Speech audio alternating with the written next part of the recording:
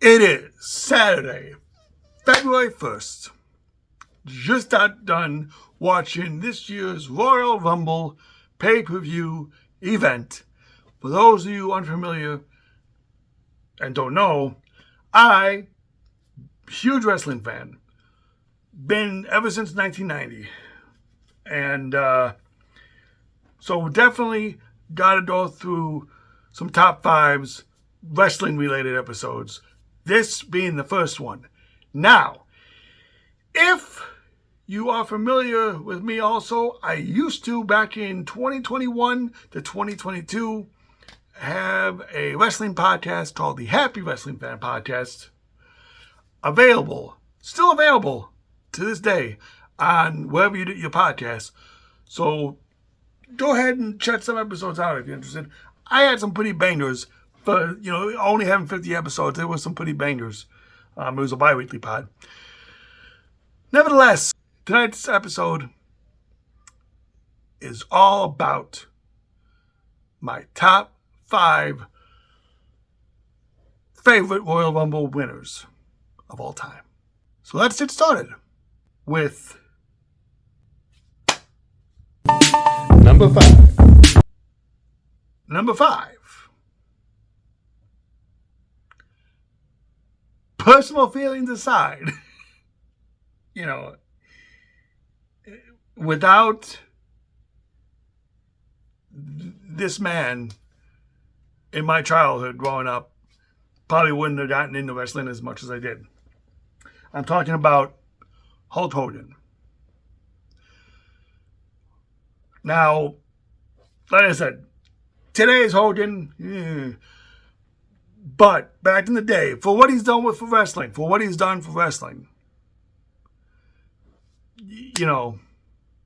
back in the day,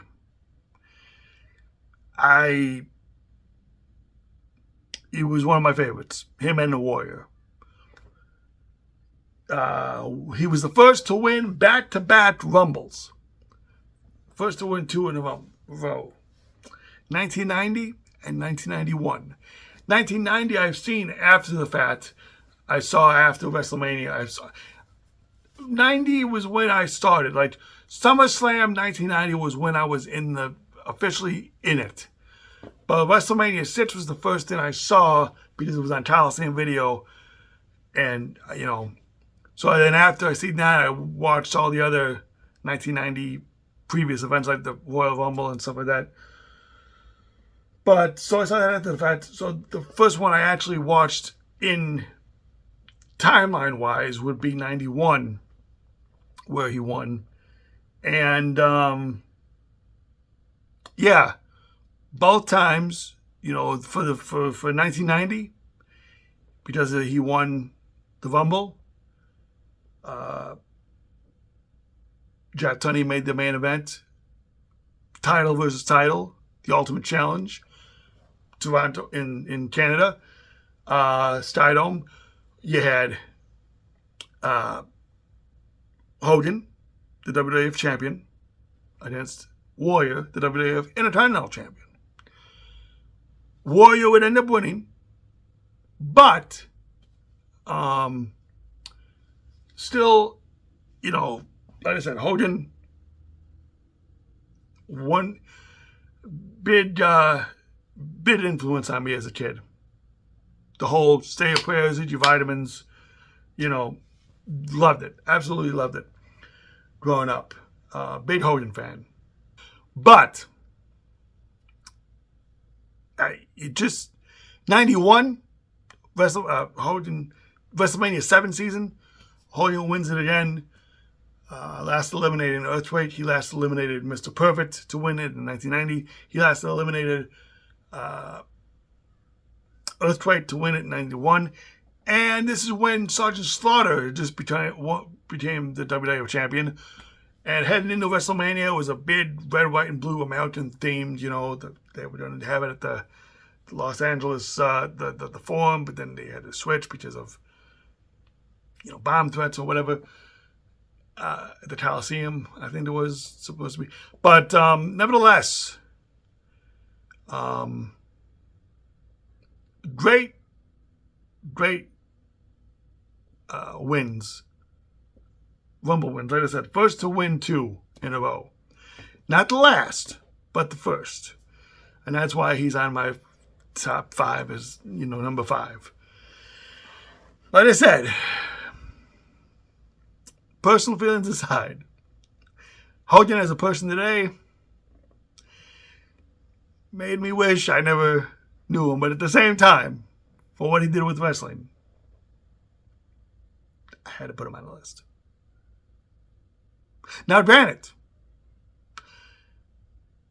if you listened to a certain episode from the Happy Wrestling Fan Podcast, I did go over this list already on there. But I already know you didn't listen because the lack of listeners was one of the reasons why I stopped at 50. So let's move on to number 4. You thought number 5 was controversial. Oh boy. Number 4.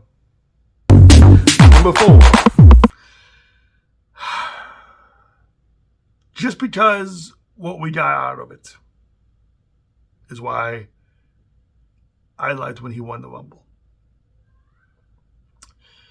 Talking about Mr. McMahon winning the 1999 Royal Rumble. Big heated feud with him and Stone Cold Steve Austin, leader of the corporation at the time. You had Vince and Austin, number 1 and number 2 in that year's Royal Rumble, and lots of outside interference and all, bullshit, and interference aside, Vince won the Royal Rumble. But at the same time, what it got us resulted in the first one-on-one steel cage match between Stone Cold Steve Austin and Mr. McMahon. And that, come on, that was a great cage match. And if Austin won, he would go on to WrestleMania to fight The Rock at WrestleMania 15. And if he lost, I think, I forgot what happens if he lost. Even with the debuting Paul White, aka Big Show, that's what led to Mr. McMahon's demise in that match, because when Big Show went to send Austin through the cage opened and Austin fell out of the cage with the whole side of the cage swung open, and thus making Austin the winner and moving on to WrestleMania. But, like I said, it was different. It was, it was unique. McMahon winning. And once again, personal feelings aside, because yes, we all know he's a piece of shit, but you gotta hand it to him a little bit for, sending the WWE where it is now. And even though it's a lot better off without him now, just still not give him credit to take it where it's gone, I would say. Cringe moments aside. Let's go to number 3. Number 3. Woo! Number 3. The Nature Boy, Ric Flair. That iconic 1992 Royal Rumble win. The first man to ever win the WWF title when it was on the line in said match. And he came in at number 3, and he lasted 29 other guys with a little bit of an assist from Hogan, accidentally getting Sid Justice out of there. The Flair would become the new real world champion. and go on to lose it to Savage at WrestleMania 8. But still, you know, is Ric Flair a guy who he was one of the first, I think, to jump from WCW to WWF at the time. Was he the first? He might have been one of the first. One of the earlier ones to jump. And,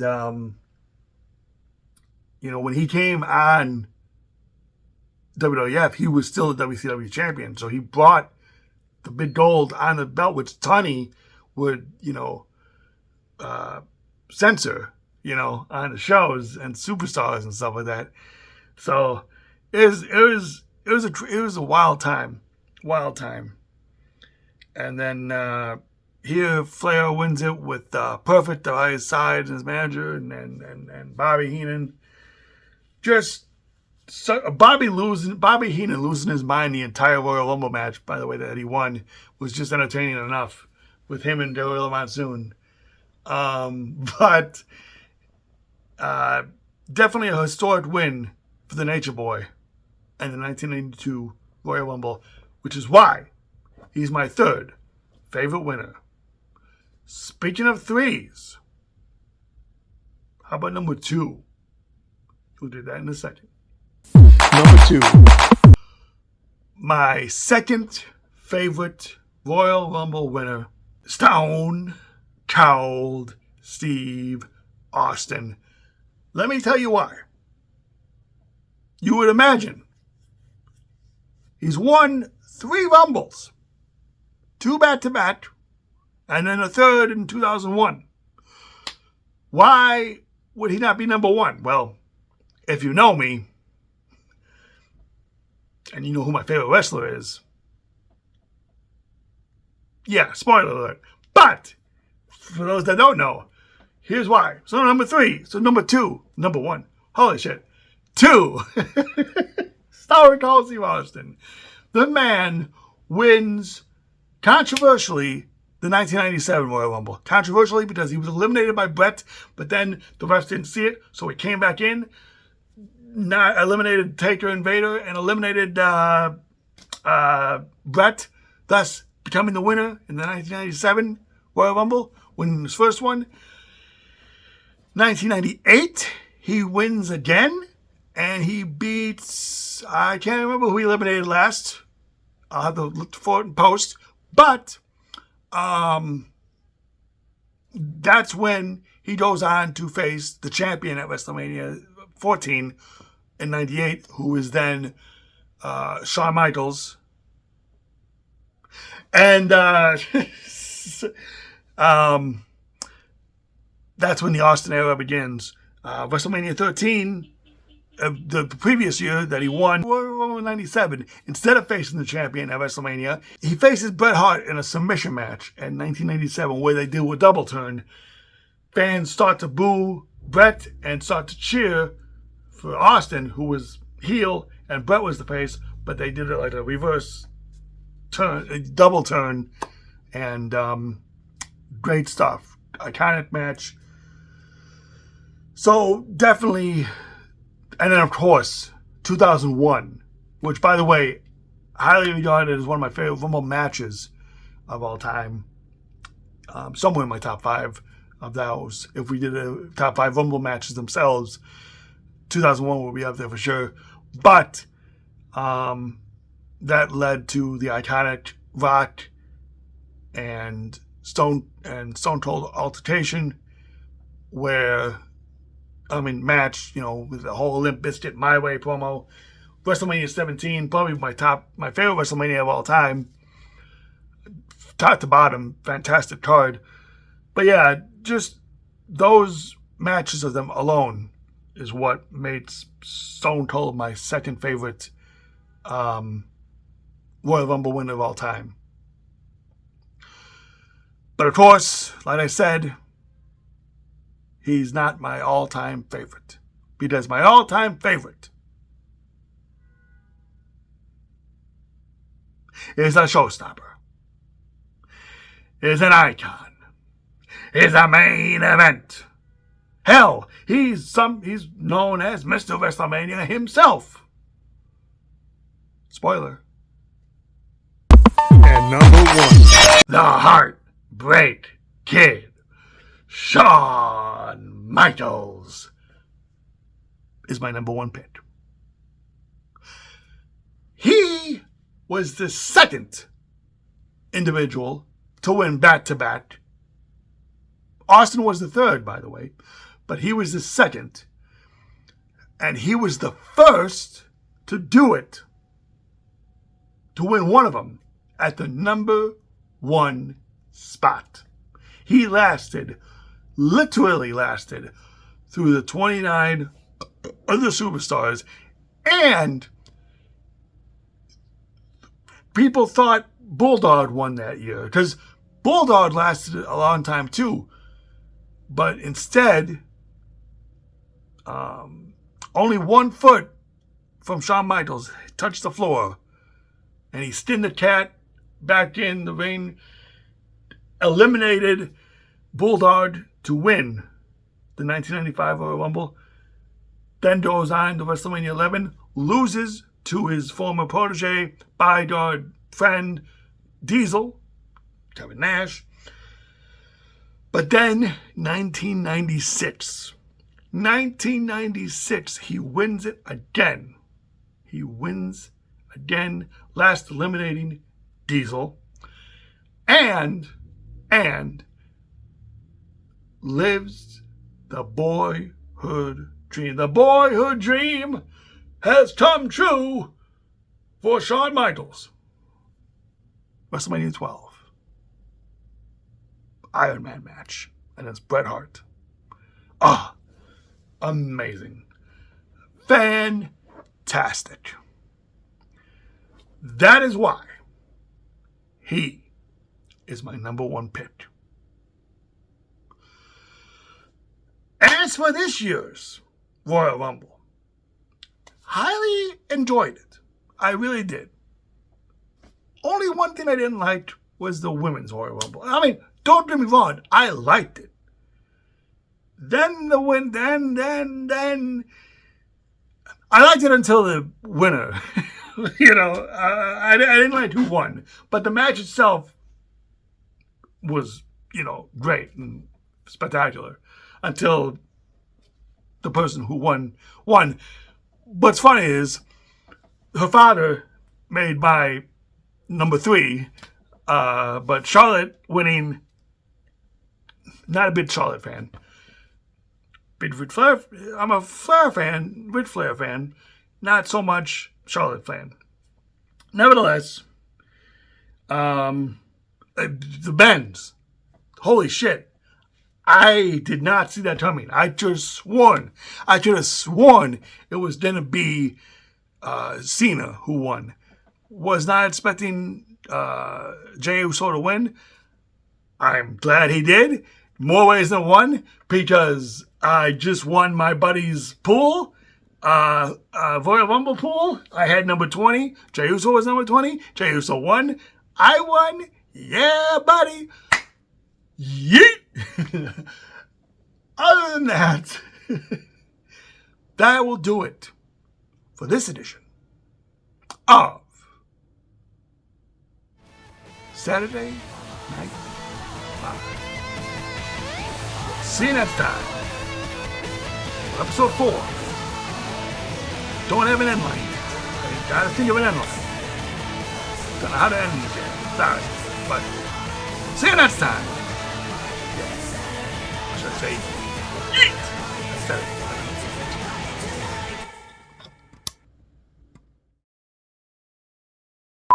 of the previous year that he won 97's. Really?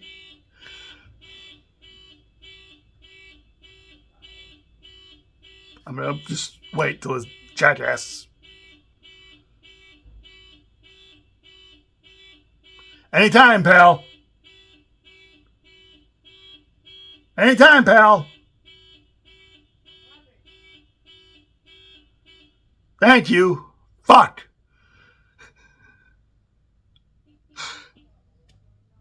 97. 97 happens. And